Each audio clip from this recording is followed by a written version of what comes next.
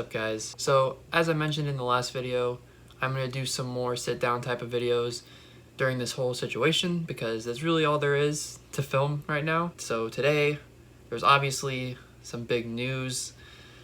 All of the spring Danny Wimmer festivals have been canceled, not postponed. They can't really postpone these festivals because, I mean, I don't really know how many bands there are, but enough to where their schedules aren't all going to line up in a later date. So they either would have had to do a much smaller lineup, which is of course going to make people upset, or they just have to cancel it. So that's what they did. Obviously this is all due to the coronavirus, which is canceling everything right now, left and right. Theme parks are closed, shows are closed, sports are not happening. I think there's really no way that you can say that Wimmer made the wrong decision here. Obviously canceled shows are Epicenter, Rockville, and then Sonic Temple. And they released a statement on all of those festivals pages. You can go read it. It's kind of long, so I'm not going to read it in full, but they give you three options here. You can get a full refund, which is probably what I'm going to do. You can apply your pass to 2021, so I'm assuming this means if you've paid for your pass this year, you can just wait till next year. But I'm not going to do that just because who knows if it's going to happen in 2021. I mean, I'm sure they're going to be fine, and I'm sure there will be a festival in 2021, but I wouldn't say it's certain in these economic times.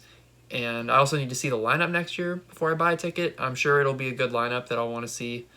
They don't really disappoint me. There's always at least 20 bands I want to see, and then I usually end up seeing more than that. So that's an option. And also, you can actually exchange your pass for another 2020 festival. So I guess that's probably like Aftershock, Louder Than Life. Is there another one? Bourbon and Beyond. Bourbon and Beyond. So I guess you could exchange that if you wanted to. I'm not going to do that just because I don't think it would really be feasible for me to travel this coming fall. I think Louder Than Life would be the only one that would be a possibility. I don't actually know where Bourbon and Beyond is.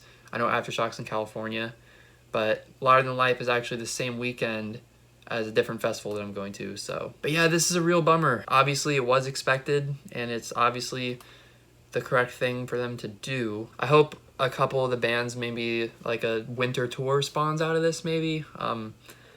In terms of the bands I was really looking forward to the most, I was really looking forward to seeing Stained for the first time, and I was really looking forward to seeing Deftones, because I saw them in like 2013, but I wasn't really a fan yet, and this would have been my first time seeing them as like a big fan. So I'm hoping like maybe we get a little Stained Deftones co-headline tour in the winter. I was looking forward to seeing Knock Loose, but I know Knock Loose will be touring plenty over the coming years. I was super stoked for Code Orange, who's actually on the Slipknot tour, which is in like mid-June, so that actually is in danger of being postponed. And that's the good thing about it, just as a tour with 4 bands, is they can likely postpone that. Which actually brings me to other festivals in my area. So the first one's Earthday Birthday, which is put on by WJRR, which is our local rock station. They do it every April. This year, I wasn't really planning on going. There's some good bands. It's like Shinedown is the headliner, and then Hailstorm is right under them. There's Beartooth, New Year's Day, Crowbot. I don't know. There's some bands. It's a lot of bands that I like, but not necessarily ones that I would like. They would not really be the ones that I would pay to see. They would just kind of be ones that I would see at a festival. The only 2 that I would pay to see specifically is Shinedown and Beartooth. But to WJR's credit, they moved the festival to September the 5th, I believe. I believe it's the 5th. They actually kept pretty much everyone. I think Theory of a Deadman was going to play, and they're no longer on the lineup. But they kept like the main bands. They kept Shinedown, they kept Hailstorm, they kept Beartooth. So that's good. And because Rockville is now canceled, it makes me a little more likely to go to Earthday Birthday, just kind of to get a little festival fix, even though I wasn't really planning to initially. And plus, the economy is going to take a hit, and I definitely want to support WJRR. So I'm not saying I am, I'm not saying I'm not. But one I am going to go to is Rebel Rock. Now, a few of you have actually commented over the past couple months asking me to talk about Rebel Rock. So I think it's a really awesome festival. It's a brand new one that is just starting this year, September 18th and 19th, I believe. Judas Priest is headlining the first night, and then Limp Bizkit the second night.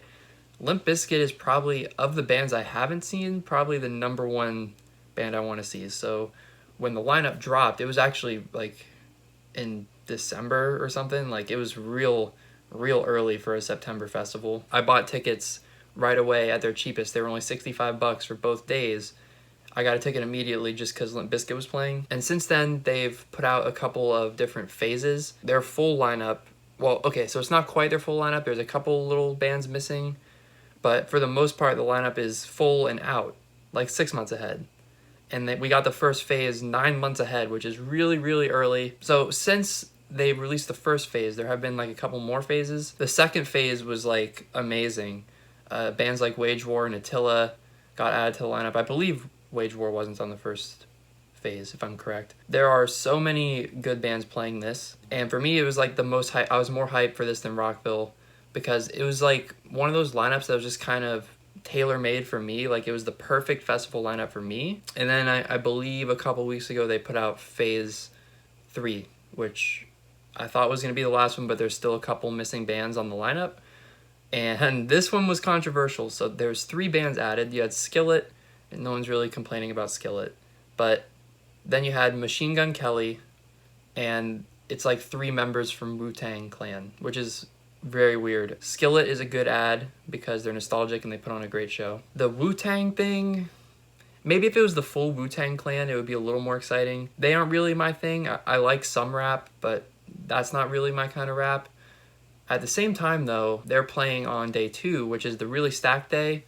And I think people kind of forget this, but you kind of need some things you're not interested in because A, there's going to be overlap, and B, you're going to need to take a break eventually.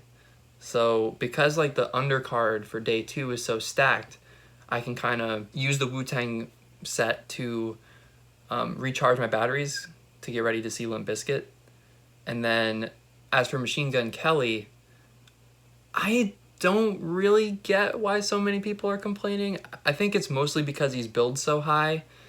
I guess I kind of get that. But his music's actually pretty good, and he's played rock and metal festivals, including the Wimmer festivals, a handful of times at least. And actually, if you go look, I would recommend looking up one of his videos from, I believe it was Rock Am Ring in 2017. I feel like he fits in at a rock festival pretty well. Like he plays with a live band. Some of his music actually has like guitar in it, and he's already said that he's releasing an album this year, which is going to be like kind of pop punk. He says pop punk. I doubt it'll actually be pop punk, but at the very least it'll be a rock album. So I don't know. I think Machine Gun Kelly will actually be a pretty good show. I'm not like over the moon about him or anything, but I'm not like, oh no, Machine Gun Kelly. I don't know. I think people should just at least give it a chance instead of immediately just writing it off. So in terms of any other festivals, I don't know. I'm sure any like local radio station festival that's happening in your state that is happening in like April or May is unfortunately probably a goner. So it's unfortunate, it's tough. So it's gonna be kind of a boring first half of the year, but the way I'm gonna try to look at it is with all the postponements, just means that the second half of the year is gonna be super jam-packed and will hopefully make up for the lost time. So that's it for this video. Just kind of a opportunity to have a conversation with you guys about what's going on, talk about this with some like-minded people. So yeah, that's pretty much all I have to say. So thank you guys for checking out this video. Be sure to subscribe for more, and I'll see you guys in the next one.